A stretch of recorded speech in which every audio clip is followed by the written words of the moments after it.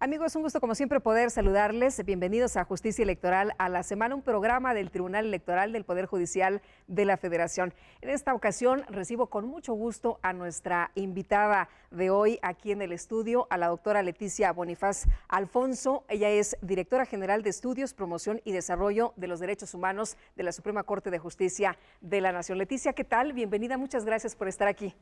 Encantada de estar aquí contigo, Lupita. Además, un tema bien interesante, las campañas electorales y género. Hemos tenido esta reforma reciente en materia político-electoral y resulta que ahora nos dieron chance a las mujeres de un 50-50. ¿Tú cómo ves? Yo creo que hay que ver muy claro que la lucha ha sido muy larga y que hay gente que está a favor de estas cuotas, gente que está en contra.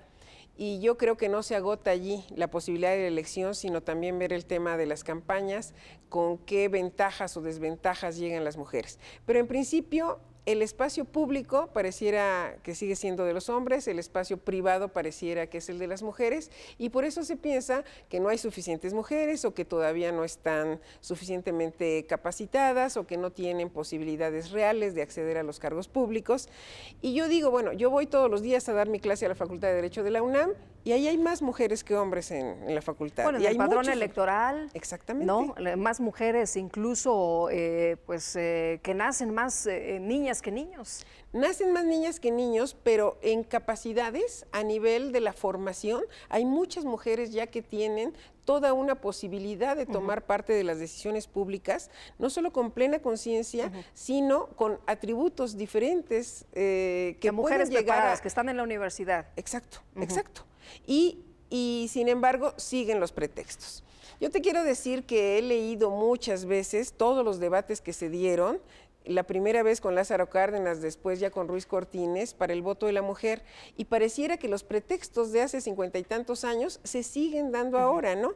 Y incluso las bromas, la forma de decir que la mujer que accede a un cargo debe haber hecho algo para acceder, pero no capacidad, competencia, habilidades. Pareciera que seguimos con desventajas. ¿Con quién se reunió? ¿No? ¿A quién le debe el cargo? Exactamente, exactamente. Entonces yo creo que podríamos separar la parte que ya legislativamente está hecha de las cuotas y las resistencias, porque como sabes, se dicta una nueva ley y con mucha frecuencia se busca cómo darle la vuelta. Sí. En cierto momento se decía, y la ley va tratando de acotar cada vez que se busca cómo evadirla, en algún momento se dijo, mujeres, entonces las ponemos de suplentes. Sí. O después el tema de las Juanitas. La pongo de titular, pero al ratito le pido que renuncie.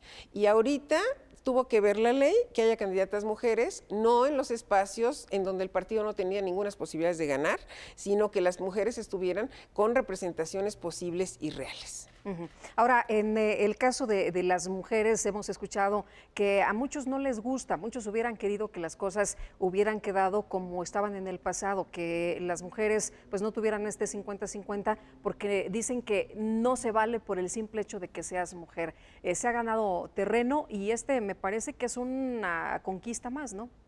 Es una conquista más que te refleja que hay un tema estructural por el que las mujeres nos llegan. Por eso requieren esta compensación o requerimos esta compensación hasta cierto momento. Lo ideal será que llegue un momento en donde todo es tan natural que no es necesario tener estas cuotas. Las cuotas tienen que ser pasajeras, no tienen que ser para toda la vida, pero mientras exista una cuestión estructural que impide que la mujer llegue, porque a ti te tocó y a mí me tocó también ver, por supuesto, cómo iba aumentando el número de gobernadoras y de repente fue para atrás y de pronto ninguna gobernadora. De hecho, en mi estado, Zacatecas, la gobernadora Amalia García, ¿no? Que fue una de las que llegaron, pero por ejemplo, si hacemos una revisión en estos momentos, pues, ¿qué gobernadora? No tenemos. No hay. O el estado pequeñito, Colima, Tlaxcala. Si te das cuenta, en mi estado Chiapas, yo creo que para que llegue una mujer van a pasar todavía muchísimos años. Y curiosamente, si otra vez volvemos a la historia, el estado que más combatió el tema de participación de las mujeres desde hace un siglo fue Yucatán y es el único que ha tenido 2 gobernadoras. Y algo te dice de la forma de ser de los yucatecos y algo te dice cómo en esas sociedades hay menos problema que en el resto, donde sigue la cultura patriarcal, el machismo y sobre todo la idea de que el espacio público es muy varonil. Dime una cosa, ¿por qué seguimos con este tema de los estereotipos? ¿Qué nos impide avanzar? ¿Qué nos impide el que veamos a los hombres y las mujeres iguales? Yo creo que si te das cuenta, así como hay avances en materia de medio ambiente en los niños, también en los niños las diferencias de los roles y los estereotipos está cambiando y puede que en los jóvenes de cierta edad. Pero hay ciertas edades en donde pareciera que seguimos igual que siempre, diciendo ¿y por qué no la mujer se queda en su casa? ¿O por qué tiene que estar en el alboroto y en el argüende y en la cosa pública? Y además, en el tema de las campañas, ya las seleccionaron. Y una mujer para salir a hacer campaña muchas veces tiene que ver cómo deja resuelto el tema de quién le cuida a los niños, que no quede tirada la casa. La comida. Que tiene, sí, porque el doble rol que se desempeña todavía, porque hay muy pocas parejas que ayudan y son paritarias en los temas del hogar, la mujer para ir a campaña tiene que dejar resueltas un chorro de cosas. El hombre no, se va y listo. No está en la preocupación de quién va a recoger hoy a los niños, de qué va a pasar, o en el caso que cuide a los padres, a los adultos mayores, porque ya ves que la mujer siempre cuida a alguien, ¿no? Sí, la mujer no puede, es lo que han dicho. La mujer no tiene capacidad. De hecho, he escuchado con sorpresa a algunos de los partidos políticos que frente a cámaras y micrófonos dicen que están apoyando a la mujer y los 8 de marzo, siempre Día Internacional de la Mujer, bueno, se desviven hablando de las mujeres, del papel, del rezago, pero que a la hora en que la mujer quiere ocupar un puesto de elección popular, lo que dicen es que no tiene capacidad y que no hay mujeres para cubrir esos puestos y que están batallando mucho. Efectivamente, el 8 de marzo nosotros vemos ahí todos los clichés y todas las cosas que pareciera que se dice de dientes para afuera, o te dicen, ¿cómo no voy a ser yo feminista si vengo de una mujer? Pues sí, todos venimos de una mujer en estricto sentido, o tengo hijas o tengo nietas, o de alguna manera yo tengo una responsabilidad con las mujeres porque estoy rodeado de mujeres, sobre todo cuando también te dicen, porque son muy buenas para el trabajo y muy entregadas, honestas, y muy disciplinadas y como subordinadas son excelentes, ¿sí? Como subordinadas. Tener una jefa mujer es otra historia, pero las mujeres representando en las cámaras, por supuesto que le dan una visión completamente distinta. ¿Y por qué vamos rezagados en relación a Latinoamérica? ¿Por qué está Dilma en Brasil o por qué tenemos el caso de Argentina o la Bachelet en Chile? Y nosotros vemos que estamos muy lejos. Hemos tenido ya candidatas, pero con nulas posibilidades de llegar algún día. Me acuerdo en la campaña Josefina Vázquez Mota siempre decía, bueno, porque a mí me preguntan, ¿está México preparado para tener una mujer presidenta? ¿Y por qué no le preguntan, ¿está preparado para tener un presidente, otro hombre como presidente? O sea, ¿por qué asumimos que no estamos preparados o que no necesariamente tiene que llegar una mujer, ¿no? Exactamente, y por eso tienen que haber todavía acciones afirmativas y compensaciones, porque hay una cuestión estructural de fondo que yo creo que sí se va a rebasar. Ya de veras en los jóvenes, en los niños, el tema de la igualdad, el tema del rompimiento de los roles y los estereotipos es mucho más claro, pero hay ciertas generaciones que se niegan y te digo, lee los debates de los 50 y estamos pareciera igual. Lo mismo que se preguntaban en aquel tiempo, nos lo seguimos preguntando respecto de las capacidades o si ese es el lugar de la mujer. Ahora, en el caso de los lugares que se asignan a las mujeres, otra lucha, porque decías tú hace unos momentos, las ponen en lugares donde saben que van a perder, donde saben que el trabajo va a ser mucho y donde si ganan, pues bueno, ya la hicieron, ¿no? Ya tendrán alguna otra, a lo mejor curul o alguna otra posición electoral en el partido. Entonces sí, la última reforma, bueno, primero fue no me las dejes todas de suplentes, después el antijuanitas, ahora el no vayan a distritos a donde nunca has ganado como partido. Vamos a suponer que hay un lugar que históricamente ya se sabe que ese no has ganado nunca. Lindavista para el PRD, por ejemplo, nunca gana, bueno, llamando ahí una mujer, pues no se vale. Entonces lo que se ha buscado es que la ley compense. Pero entonces, ¿qué tenemos? Lo que dice la ley y luego viene la interpretación. Y aquí yo creo que hay que ser muy honestos al decir que el Tribunal Electoral ha hecho un gran trabajo de interpretación. La Sala Monterrey tiene criterios muy interesantes, la Sala DF, para decir, bueno, cuál es el fin último de la norma para que en la interpretación funcional que permite el Código Electoral te puedas ir a decir, a ver, la regla es esta, la interpreto y la aplico así, y no estamos jugando, sino que va en serio este tema de la paridad. Sí, porque la puede interpretar como se interpretaba antes, ¿no? Si usted quiere, puede poner a mujeres, y entonces nadie quería. Entonces, que no sea muy restrictiva la interpretación, sino amplia en beneficio de las mujeres. Porque debe quedar claro que no solo aplicamos el Código Electoral, sino sigue el artículo 1 de la Constitución. Ahí está la no discriminación y todos los temas de cómo vas a ir logrando la igualdad entre hombres y mujeres, particularmente en los espacios públicos. ¿Cómo ves la lucha de las mujeres hasta este momento? ¿Cómo ves? ¿Se han posicionado, nos decías tú, en las universidades? Veo a las alumnas en un número mayor. ¿Estamos haciendo bien las cosas? ¿Las mujeres están haciendo bien las cosas? Sin duda vamos muy bien, y por eso yo creo que ya es una generación. Vamos a pensar, los alumnos ahorita que están en la universidad ya no hacen diferencias como se hacía antes, pero es muy curioso, las mujeres en las universidades piensan que no tienen problema porque hasta ese momento no tenía problema, pero en el primer trabajo comienzan las discriminaciones y en ese momento comienza la conciencia. Hay feministas jóvenes que te dirían, bueno, el feminismo ¿para qué? Bueno, fue un tema de Rosario Castellanos o que se acabó con la generación de Marta Lamas, pero no es cierto. A mi generación y a la que sigue y a la que sigue y hasta jovencitas de 30 años ya están haciendo trabajos de cuestionarse muy seriamente este tema de cómo rompes y cambias los roles y cómo rompe los estereotipos. Ahora, ¿el 50-50 es para todos los puestos de elección popular o solamente para algunos? Justamente las interpretaciones nuevas del Tribunal Electoral han visto qué pasa en el caso de las delegaciones del Distrito Federal. Hay una regla muy específica que en el caso de la elección de hace 3 años fue impugnada. El caso concreto era el problema de que una delegación tendría que ser un hombre más, una mujer más, y había duda en la interpretación. Pero, ¿qué pasa con los municipios? Y ya si nos vamos a un problema mayor, ¿qué pasa con los municipios indígenas donde hay un tema de usos y costumbres? Porque si hablamos de la mujer en general que tiene problemas, si te vas a la mujer indígena tiene problemas adicionales.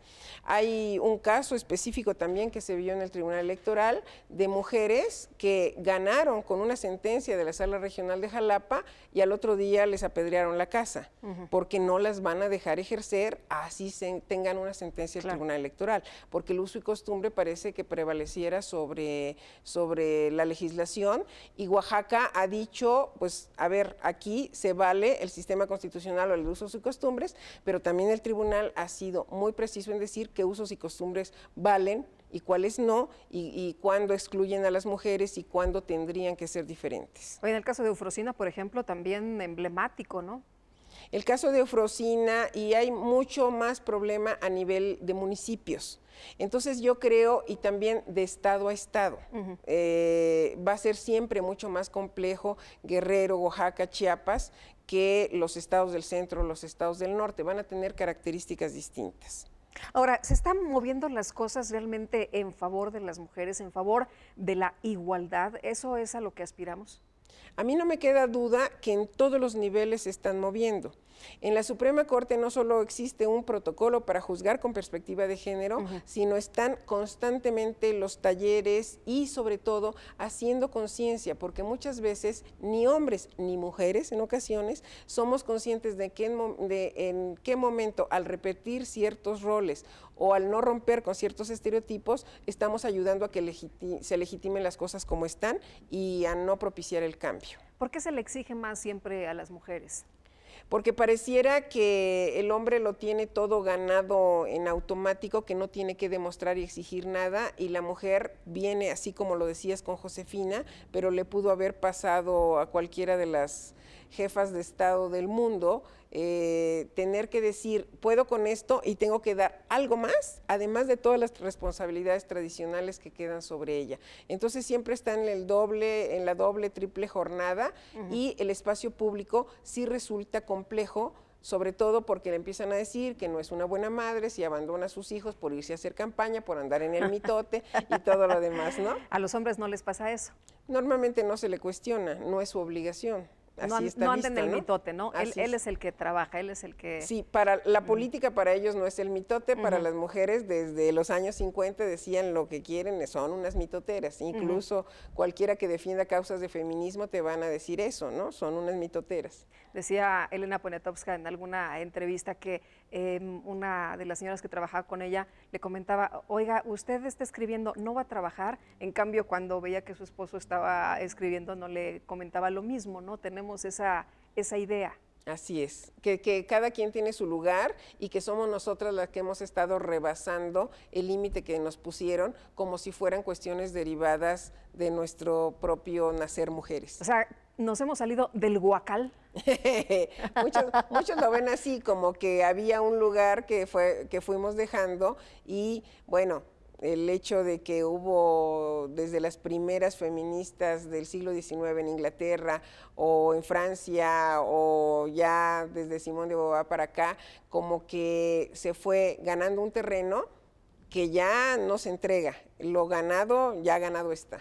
Ahora, las mujeres, mencionabas tú, los conceptos pareciera que no han cambiado en muchos años. Se menciona que una mujer se embaraza, que una mujer tiene que cuidar al hijo y que una mujer en la política, pues la verdad, no hace las cosas como debiera, que es difícil, ¿no? Que estando en este campo se entregue realmente de lleno a estas tareas. Así es, porque siempre se piensa, si se embaraza, va a desatender el cargo público. Si los hijos se enferman, va a desatender el cargo público. Si la mamá o el papá se enferman, va a desatender el cargo público. Porque eso, la obligación de cuidado está casi siempre hacia la mujer. Por eso, ahorita que ya se manejan las licencias de paternidad, por ejemplo, no solo es un permiso de unos días, y se estuvo viendo en la corte cómo usan los hombres la licencia de paternidad y a veces te dicen, pues si me das tiempo muy cortito, son los días que resuelvo el tema del banco, el tema de pagar el hospital o el seguro, pero no el contacto que se quiere que tenga con el recién nacido. Pero son los roles y son roles que están cambiando, pero que vamos muy lento en relación a algunos países y muy rápido en relación a otros. Ahora, las características de los hombres, incluso hasta físicas, se les perdona todo, ¿no?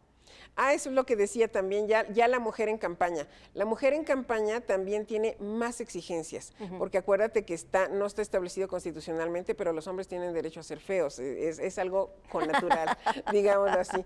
En cambio, a la mujer... No está en la ley, pero... Así, le van a exigir que cómo se viste o va a ser criticada por el escote o el largo de la falda o si usa esto o aquello, por bien, por mal. En cambio, el hombre se va a poner el saco, la corbata o la guayabera según corresponda y listo, se acabó. Pero de la mujer siempre va a haber también allí otra exigencia. Ya sabemos que hay ahorita abuso del Photoshop de ambos géneros, pero no, a mí me apena eso cuando... Eso no les quita lo feo.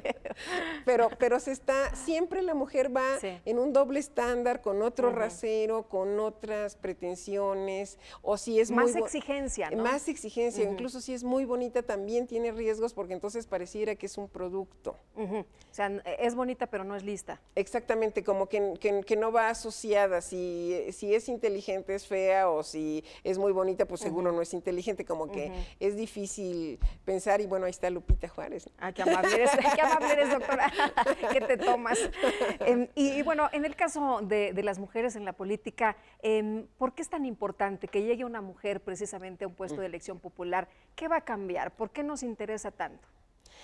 Justamente es la mejor de las preguntas porque hemos llegado a la conclusión, Malu Micher lo repite mucho, que presencia de mujer no te garantiza perspectiva de género. O sea, el hecho de ser mujer no significa que tú tengas claro como para qué llegas o cuál es el plus o cuál es la perspectiva que esperan de ti para que complementes muchas de las visiones que son muy patriarcales o muy machistas en algunos casos.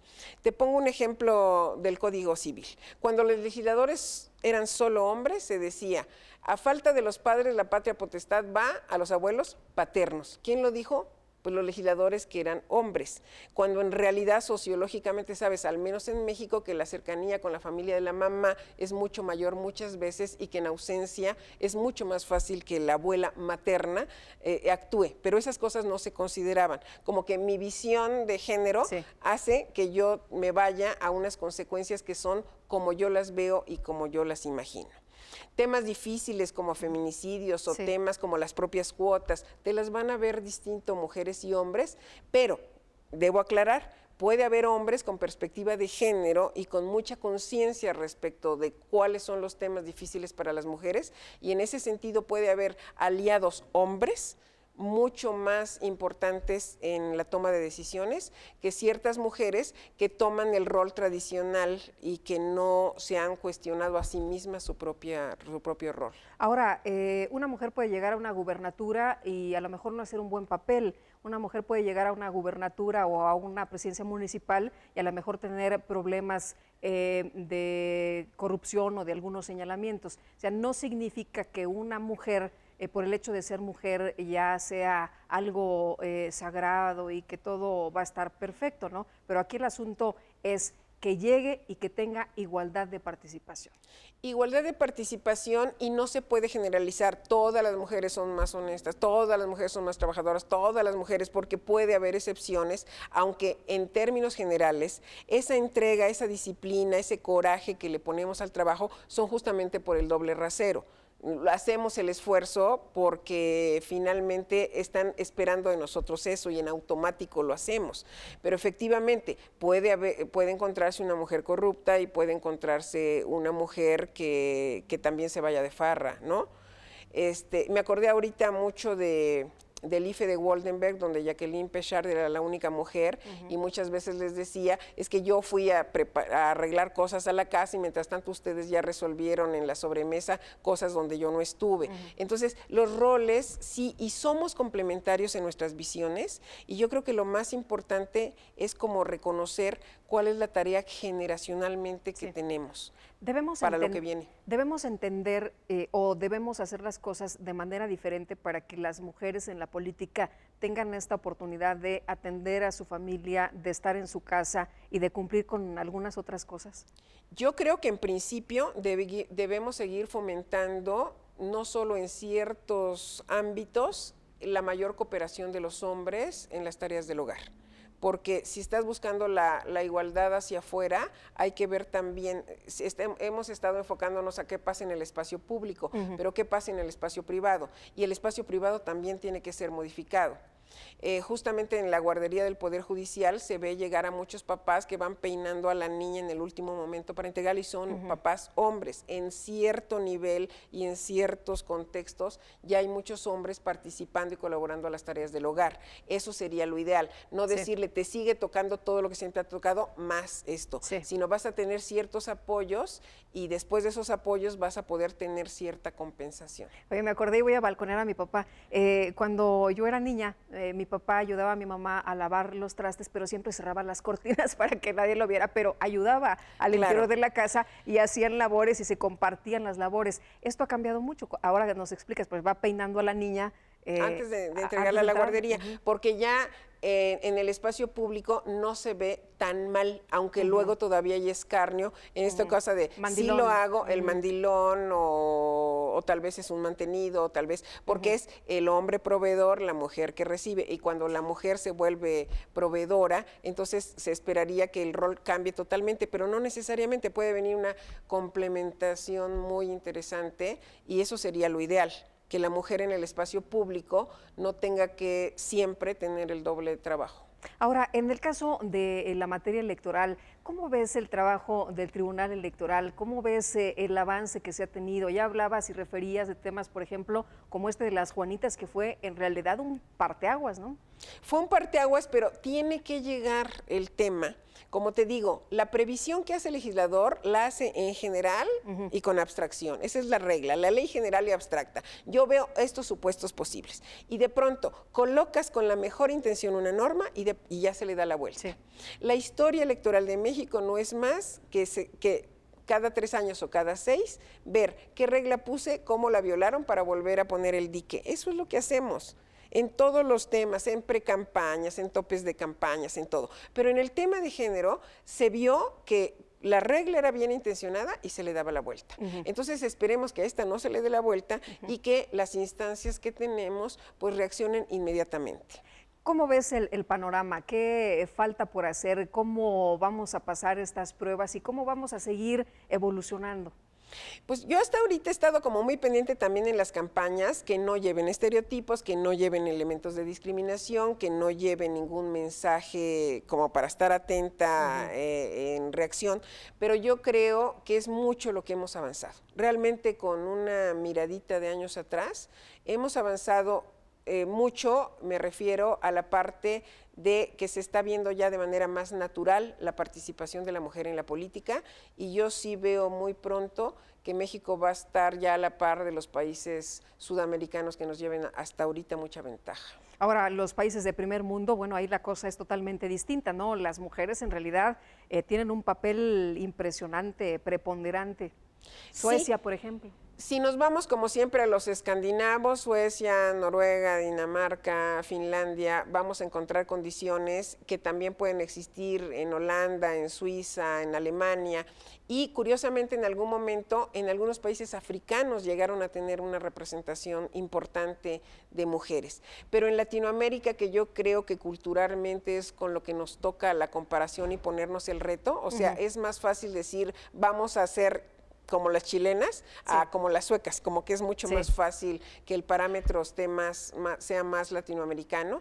Y sí siento que en México los avances de la mujer en la mayoría de los ámbitos van lento pero seguro. Decía Hillary Clinton la pasada ocasión que se lanzó como presidente de la República, de los Estados Unidos, que se había roto, por cierto, perdió frente a Barack Obama, que se había roto este techo de cristal, ¿no? Que ya estaba roto y que la mujer ya no tenía en realidad pues límites. ¿Cómo ves? Yo creo que el techo de cristal existe. Es más, la propia Suprema Corte acaba de editar un libro sobre el techo de cristal, porque de juezas a magistradas se vuelve a reducir o de secretaria de estudio y cuenta. ¿Qué es lo que pasa? Es un techo de cristal y no lo ves, pero ahí estás y te topas. El tema es qué tienes que hacer institucionalmente para que todo eso se vaya modificando y al final ese techo de cristal sí se rompa. Y no lo rompe una mujer, lo rompemos todas las mujeres, más todos los aliados que convencidos de nuestra causa se van sumando. Muy bien, pues doctora, un placer, un gusto poder platicar contigo. Muchísimas gracias. Gracias a ti, Lupita. Y muchas gracias también a usted por habernos acompañado aquí en Justicia Electoral a la Semana. En nombre de todos mis compañeros de este equipo de producción del Tribunal Electoral del Poder Judicial de la Federación, le doy las gracias, le deseo que tenga usted una muy buena jornada, que la pase muy bien.